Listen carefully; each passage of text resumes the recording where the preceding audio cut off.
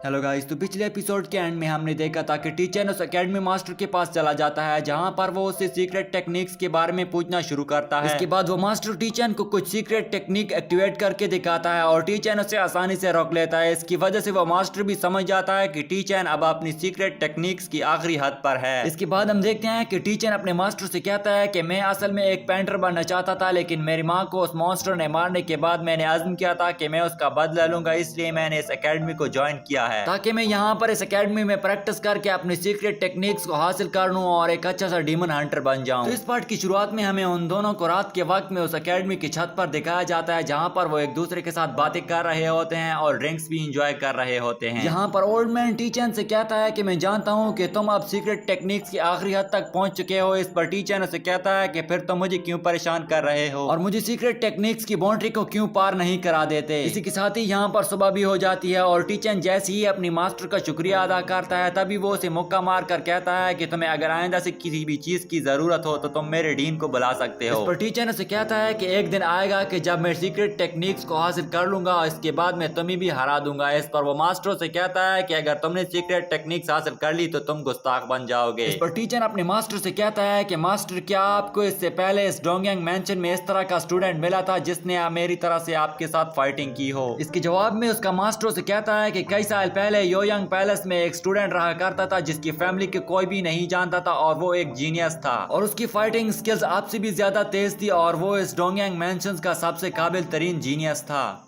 इस पर टीचर उसे कहता है कि फिर मास्टर तुमने मुझे कौन से नंबर पर रैंक किया है? इस पर वो मास्टर से जवाब दिया है कि मैंने तुम्हें सेकंड लाइन की रैंकिंग में रैंक किया है। टीचर अपने मास्टर से कहता है कि एक दिन आएगा कि मैं उन सीक्रेट टेक्निक्स को हासिल कर लूंगा और मैं फिर नंबर 1 पर आ जाऊंगा। ये कहती ही वो वहां से चला जाता है। इसके बाद सीन चेंज हो जाता है और हमें एक शख्स को दिखाया जाता है जो वहां पर अपने मेंबर पर बैठा होता है। तभी वहां पर उसके पास उसका बेटा आकर उसे कहता है कि तुमने मुझे याद किया था। वो शख्स उसे कहता है कि मैंग फैमिली की वो पागल औरत मरने वाली है और वो सोलो डीमन किंग अब बूढ़ी हो चुकी है जिसकी वजह से उसका राज अब खत्म होने वाला है। इसके बाद हमें सैन ये को दिखाया जाता है जो ये जानकर बहुत ही ज्यादा खुश होता है कि मैंग फैमिली की वो बूढ़ी औरत अब मरने वाली है। इसके बाद हमें बताया जाता है कि डोंगयांग मैंशन में 3 बड़ी फैमिलीज रहा करती हैं और उन सभी फैमिलीज की हेड मैंग फैमिली है। इसके बाद हम देखते हैं कि यहाँ पर बाई फैमिली के लोग भी आ जाते हैं और वो वहाँ पर मौजूद लोगों को मारना शुरू करते हैं और वो एक रेस्टोरेंट पर कब्जा कर लेते हैं और खुद से कहने लगते हैं कि हम भी किसी से कम नहीं है। इसके बाद हमें दोबारा से उस शख्स को दिखाया जाता है जो दरअसल में यून फैमिली का हेड होता है और वो अपने बेटे से कहता है कि जब एक फैमिली का गॉड मर जाता है तो वो फैमिली गॉड फैमिली नहीं रहती।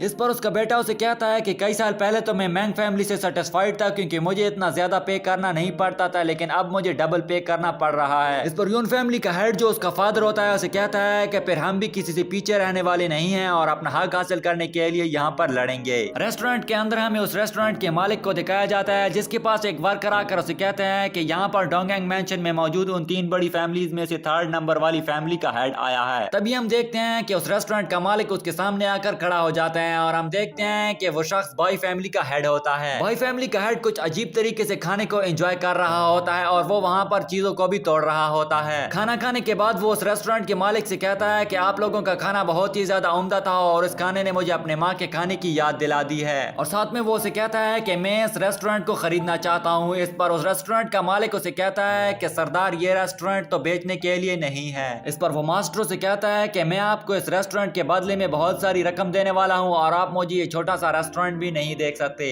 इसके बाद हम देखते हैं कि वहाँ पर दरवाजे पर जूली और टीचैन भी आ जाते हैं और वो उस मास्टर की तरफ आगे बढ़ना शुरू करते हैं और रेस्टोरेंट के मालिक से कहने लगते हैं कि ये भेड़िया यहाँ पर क्या कर रहा है, जिसकी वजह से उस मास्टर को बहुत ही ज्यादा गुस्सा आ जाता है। तभी वो रेस्टोरेंट का मालिक उसे कहता है कि ये कोई भेड़िया नहीं है बल्कि ये बाई फैमिली का मास्टर है। लेकिन यहाँ पर टीचैन और जूली दोबारा से उसे एक भेड़िया पुकारने लगते हैं जिसकी वजह से वो उस पर हंसना शुरू कर देता है और खड़ा होकर वहाँ पर मौजूद मेज पर हर चीज को इर्द गिर्द फेंक देता है और अपने एक सोल्जर्स को उन पर हमला करने का कहता है। इस पर एक सोल्जर उनकी तरफ आकर उन पर हमला कर देता है। उस सोल्जर का नाम भाई वी होता है और उसके पास भी सीक्रेट टेक्निक्स की पावर्स मौजूद होती है जिनका इस्तेमाल करती है वो टीचैन पर हमला कर देता है। यहाँ पर टीचैन भी उसके साथ लड़ना शुरू कर देता है और यहाँ पर हम देखते हैं कि उनके दरमियान में एक अच्छी सी लड़ाई शुरू हो جاتی ہے اور وہ دونوں اپنی بھرپور پاور کا استعمال کرتے ہوئے لڑ رہے ہوتے ہیں۔ تبھی وہ ماسٹروں سے کہتا ہے کہ یہاں پر آ جاؤ اور میرا گلا کاٹ لو۔ اس پر جولی بھی وہاں پر بہت ہی زیادہ پریشان ہو جاتی ہے، لیکن ٹی چین اسے کہتا ہے کہ تم فکر نہ کرو، میں اسے خود ہی دیکھتا ہوں۔ اس کے بعد ہمیں اس شخص کے بارے میں بتایا جاتا ہے جو وائٹ ہاؤس کے 5 گارڈ میں سے ایک گارڈ ہوتا ہے، جو کہ ایک بہت ہی اچھا اور سکلفل راکشس ہوتا ہے، اور وہ راکشس اپنی 8 سیکرٹ رول کو اپنی پریکٹس میں استعمال کیا کرتا ہے۔ تبھی ہم دیکھتے ہیں کہ وہ ٹی چین پر حملہ کرنے کے لیے دوبارہ سے آگے بڑھتا ہے اور اس پر اپنا حملہ کرنا شروع کر دیتا ہے۔ اس سولجرز کی پاور تو زیادہ ہوتی ہے، لیکن یہاں پر ہم دیکھتے ہیں کہ ٹی چین بھی خود کو پروٹیکٹ کر پا رہا ہوتا ہے، جس کی وجہ سے اس ماسٹر کو بہت ہی زیادہ غصہ آ جاتا ہے اور وہ بائی وی سے کہنے لگتا ہے کہ تم یہ سب کچھ کیا کر رہے ہو اور جلدی سے اسے ختم کیوں نہیں کر دیتے۔